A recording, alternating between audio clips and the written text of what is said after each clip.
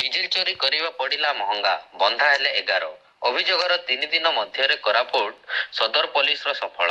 କୋରାପୁଟ ସଦର ଥାନା police diesel ଚୋରି ଘଟଣାରେ 11 ଜଣଙ୍କୁ ଗିରଫ କରିଥିବା ନେଇ ରବିବାର ମଧ୍ୟାହ୍ନରେ ସ୍ଥାନୀୟ ସଦର ଥାନା ପରିସରରେ ଆୟୋଜିତ ଏକ ଖବରଦାତା ସମ୍ମିଳନୀରେ କୋରାପୁଟ ଏସଡିପିଓ ସଞ୍ଜୟ ମଣ୍ଡଳ ସୂଚନା ଦେଇଛନ୍ତି। ସଦର ଥାନା ଅଧୀନରେ ଥିବା ପଡ଼ାଗଡ଼ ଅଞ୍ଚଳର ଏକ ଗୋଦାମରୁ ଡିଜେଲ ଚୋରି ହୋଇଥିବାରୁ 5 ଜଣ ଯୁବକ ଏବଂ ଚୋରି ଡିଜେଲକୁ କିଣିଥିବା 6 ଜଣ ଦୋକାନୀ ଏପରିକି ମୋଟ 11 ଜଣ ଗିରଫ ହୋଇଛନ୍ତି। ସେମାନଙ୍କ ଠାରୁ 470 ଲିଟର ଡିଜେଲ ସମେତ ଗୋଟିଏ ଓମିନି ଗାଡ଼ି, ପଲସର ବାଇକ୍, 5ଟି ମୋବାଇଲ ଫୋନ ଜବତ କରାଯାଇଛି। ତେବେ ଏହି ଘଟଣାର ମୁଖ୍ୟ ମାଷ୍ଟର ମାଇଣ୍ଡ ଟୁନା ହରିଜନ ଏବଂ ଧନଞ୍ଜୟ ପର୍ଜା ସମେତ ଅନ୍ୟ 6 ଜଣ ଏବେ ମଧ୍ୟ ଫେରାର ରହିଥିବା ସଦର ଥାନା ଅଧିକାରୀ ରୁନୁ ମାଝୀ ପ୍ରକାଶ କରିଛନ୍ତି। ପୋଲିସର ଏହିପରି ପଦକ୍ଷେପକୁ ସ୍ଥାନୀୟ ଅଞ୍ଚଳରେ ସ୍ୱାଗତ କରିବା ସହ ଥାନା ଅଧିକାରୀଙ୍କୁ ଧନ୍ୟବାଦ ଜଣାଇଛନ୍ତି।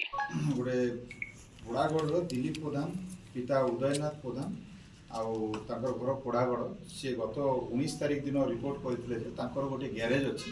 ଯେହେତୁ ତାଙ୍କର ଗାଡ଼ି ଅଛି, ବହୁତ ଗୁଡ଼ିଏ ବଡ଼ ବଡ଼ କଣ୍ଟେନର ଗାଡ଼ି ଅଛି, ତେଣୁ ତାଙ୍କର ଗ୍ୟାରେଜରେ ସବୁବେଳେ ତେଲ ଆଭେଲେବୁଲ୍ ଥାଏ, ଡିଜେଲ।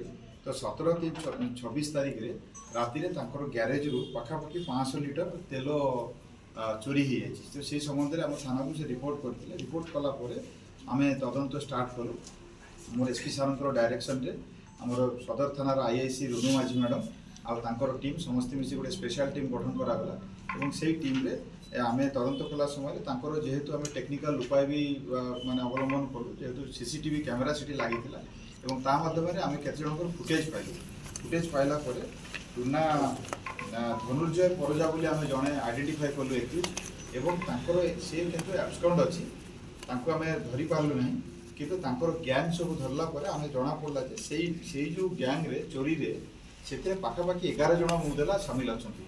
ତ ସେଇମାନଙ୍କ ଭିତରୁ ଆମେ 5 ଜଣଙ୍କୁ ଆରେଷ୍ଟ କରିଛୁ ଆଜି, ଆଉ ବାକିମାନଙ୍କୁ ମିଳିନି। ସେମାନେ ତାଙ୍କର ନାଁ ହେଉଛି ଧନୁର୍ଜୟ ପରଜା, ଟୁନା ମୁଦୁଲି, ହାବେଲ ଖୋସଲା, ତାପରେ ଦେବେନ୍ଦ୍ର ଖୋସଲା, ଟୁନା ହରିଜନ ଆଉ ଖଇରୁ ହରିଜନ, ମଦନ ବୋଲି ଜଣେ ଅଛନ୍ତି ବିସିଂପୁର ଏରିଆର, ସୁଶାନ୍ତ ନାଗ, ମଙ୍ଗଲଦାନ ବାଗ, ରାଜେଶ ଟାକରି, ନବୀନ ପରଜା, ଏଇମାନେ ଅଛନ୍ତି। ତ ଏମାନଙ୍କ ଭିତରୁ ଆମେ ଧରିଛୁ 5 ଜଣକୁ।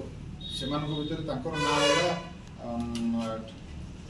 ଟୁନା ମୁଦୁଲି, ଆଉ ଖଇରୁ ହରିଜନ, ସୁଶାନ୍ତ ନାଗ, ମଙ୍ଗଲଦାନ ବାଗ ଆଉ ରାଜେଶ ଟାକରି ଆଉ ନବୀନ ପରଜା, ଏଇ 5 ଜଣଙ୍କୁ ଆମେ ଆରେଷ୍ଟ କରିଛୁ। କିନ୍ତୁ ଏଇମାନେ ସମସ୍ତେ ମିଶିକି ତାଙ୍କର ଗ୍ୟାରେଜରୁ ତେଲ ଆଣିଥିଲେ ଏବଂ ଏହି ତେଲକୁ ଡିଜେଲକୁ ସେମାନେ ମୁଣ୍ଡାଗୁଡ଼ାର ଖ୍ରୀଷ୍ଟପାଲ ଯିଏକି ରିସିଭର, ତାଙ୍କର ଗୋଟେ ଗ୍ରୋସରୀ ଦୋକାନ ଅଛି, ସେଇଠି ସେମାନେ ଏଇ ତେଲକୁ ବିକ୍ରି କରନ୍ତି ଏବଂ ସେମାନେ ସବୁବେଳେ ଚୋରି ତେଲ ବି ସବୁଆଡ଼େ ବିକନ୍ତି।